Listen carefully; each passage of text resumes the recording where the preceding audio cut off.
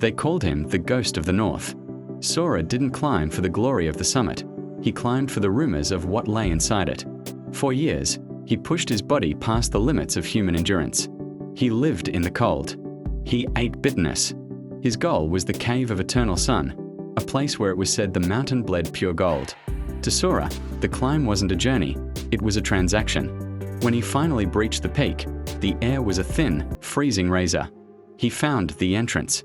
As he stepped inside, the light of his torch hit the walls, and the world turned yellow. It wasn't just gold, it was a cathedral of wealth.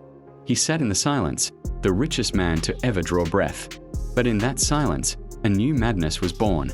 He didn't see the gold as a resource, he saw it as his identity. He began to strip his gear to make room for the weight. He looked at his water skin. It was half full, but it occupied the space of 10 gold bars. "I will drink from the mountain streams on the way down," he whispered. He looked at his climbing ropes, heavy, coarse hemp. "I am a master climber. I don't need the crutch of a rope anymore." He threw them into the abyss. He even took off his heavy furs, replaced by a vest he stitched together from silk bags of gold coins. He was a king of metal, standing in a desert of ice. The descent began. Within an hour, his legs began to shake. The gold wasn't just heavy, it was a parasite. It shifted with every step, pulling his center of gravity toward the cliff's edge. He reached a vertical drop, the one he had climbed easily with his ropes.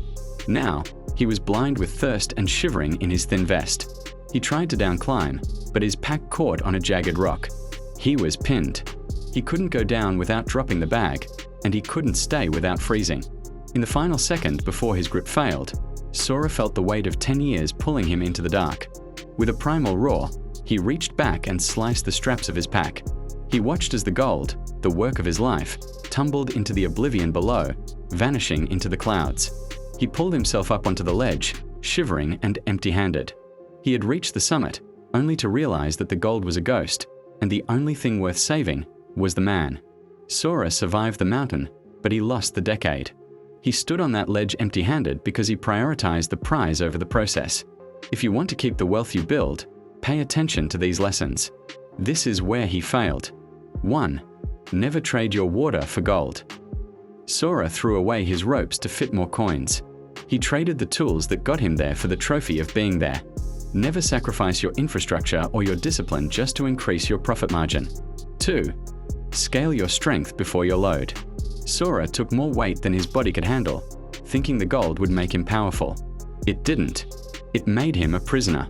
Never grow your lifestyle or your overhead faster than your ability to manage it. 3. Master the Great Release. Sora's biggest win was slicing the straps of that pack.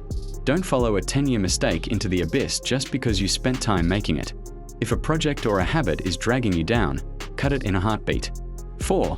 You are the factory, not the product. The gold fell into the clouds, but Sora kept the skill of the climb. Wealth is a variable. Mastery is the only constant. Focus on becoming the man who can reach the peak again, and the gold will follow. Don't be the man clutching a heavy bag on a ledge while the world passes you by. Drop the weight, keep the skill, and get back to work. Own the outcome. Rule the scene. Welcome to the dojo. Like and subscribe for more lessons.